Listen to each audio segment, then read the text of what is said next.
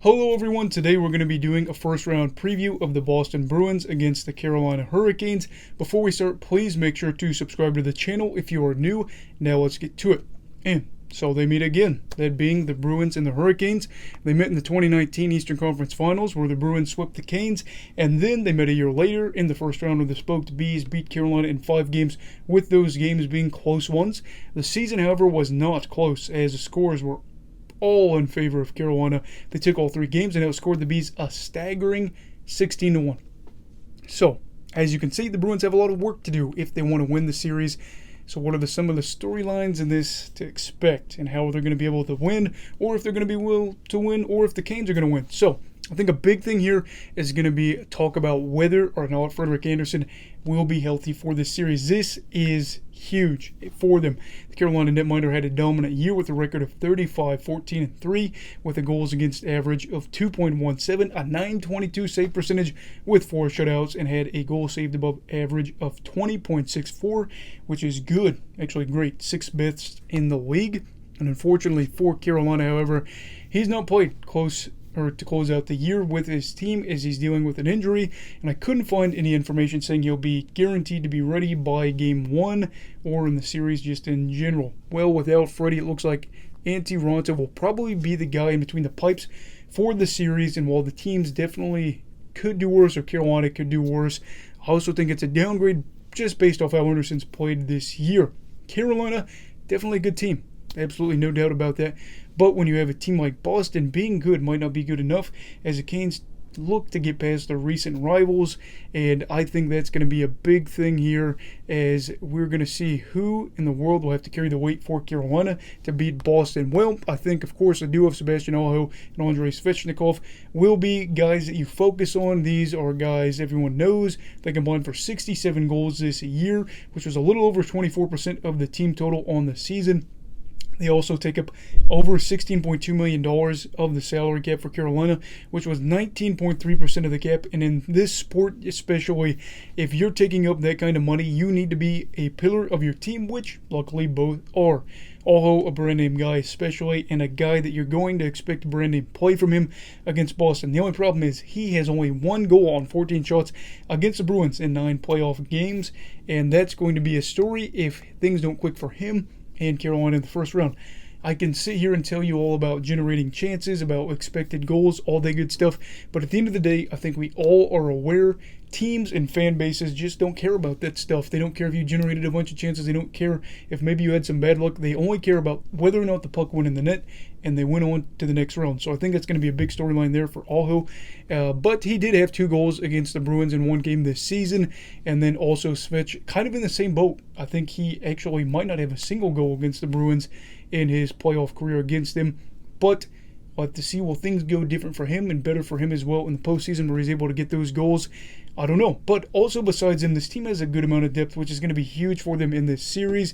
Outside of these 2, in fact, Carolina has 11 players in total who've scored at least 10 goals this year, 10 goals or more.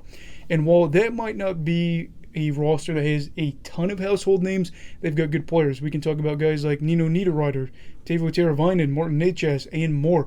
And also, of course, you have other guys that you know that maybe aren't the biggest brand players but have potential, that being Jesperi Kotkaniemi and Max Domi. I would say Domi's got to play well in this playoff round and in the playoffs in general. He's a guy that I'm still high on, a great passer, a great guy that can generate offense. And he is a guy that I do believe can be very productive in a supporting role on a team, but his stock might be dropping quickly with how things have gone recently for him. Now, of course, with all that being said, we know that Carolina has depth, especially after I just said that, but I also think that we will see Boston put out a really good group, as they've got, of course, the perfection line, which nothing is perfect, but they're pretty darn good. And then there's other guys as well. Taylor Hall, probably have heard of him, and if not, you're new to the sport, that's okay. Look at him up, and he was a good pickup for Boston. And of course, Craig Smith, that was a steal. Coming out of Nashville, that was a steal, and I still think that that is such a good move for Boston there. Then Charlie McAvoy, I mean, what more do you need to say? Charlie McAvoy is a dog and many more. But Jake Debrusk actually is a guy I wanted to focus on here, and he has been a breath of fresh air for them, as after a lot of people, including myself, expected him to be traded this season, he's actually been playing really well alongside Brad Marchand and Patrice Bergeron with that top line, leading with 15 goals in 23 games from that stretch from February 19th to April 8th. Nobody scored more goals than him, and it would be so odd to see him be a huge factor in this series, but with how he's played, especially on that line, I think that if they play him, just obviously you can mess around with the lines and throw him out there, then we could really see him be a factor on this team going forward, which would be so cool for him, because I thought he wouldn't even be on this team heading into the playoffs. But we also can't forget other factors too. They picked up Lindholm through a trade with the Ducks, and then they've just got such great depth at goalie. I think Ullmark and Swayman are going to be good pieces for them, not only now but in the future. I really do like getting Ullmark. I know he had struggled in Buffalo, but who doesn't struggle in Buffalo?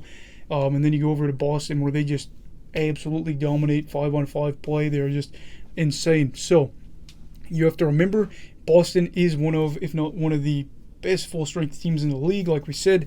And of course, Carolina, another storyline here. How is that PK going to do? PK has been the best in the league in terms of percentages, and they don't allow shots really like anywhere.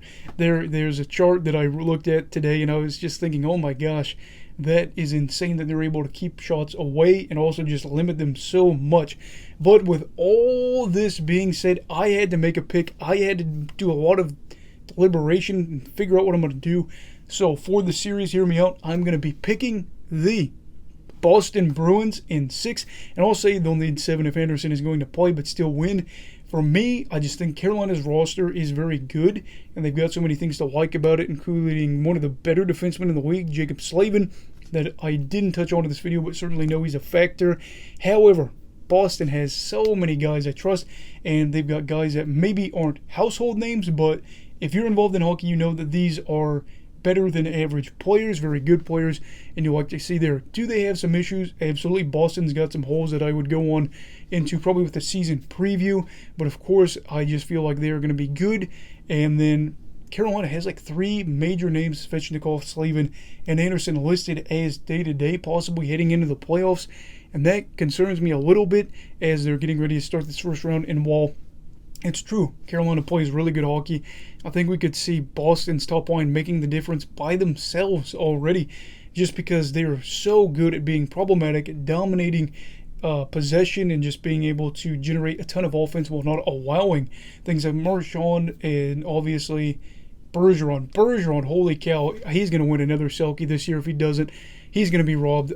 You're just not going to get a lot of chances, or at least I don't think you will, because they're so good. And I think that they could snap that swagger the Canes have on the PK, which leads to more Bruins probably filling up the spots and then trying to get in it. Will Boston be a walk to win this? Absolutely not. If there's one thing we've learned in the playoffs, there are totally room for upsets. I don't even know if you'd call it an upset, because Carolina is ahead of them in the standings, but I will say there are major consequences for both teams for not winning this round. From Boston, they'll be the team with multiple key players on the wrong side of 30, at least in the eyes of the public, that are on their 3rd straight season of not making it past the 2nd round.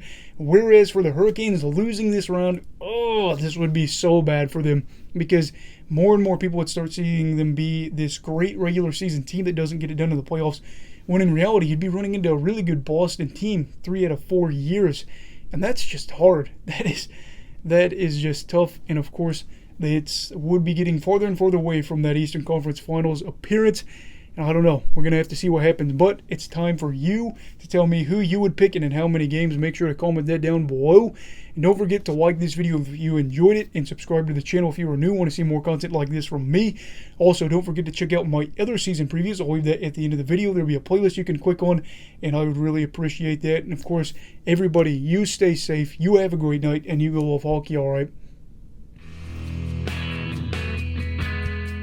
Goodbye, Brigadiers and Brigadettes. This is your captain signing off. Have a great night.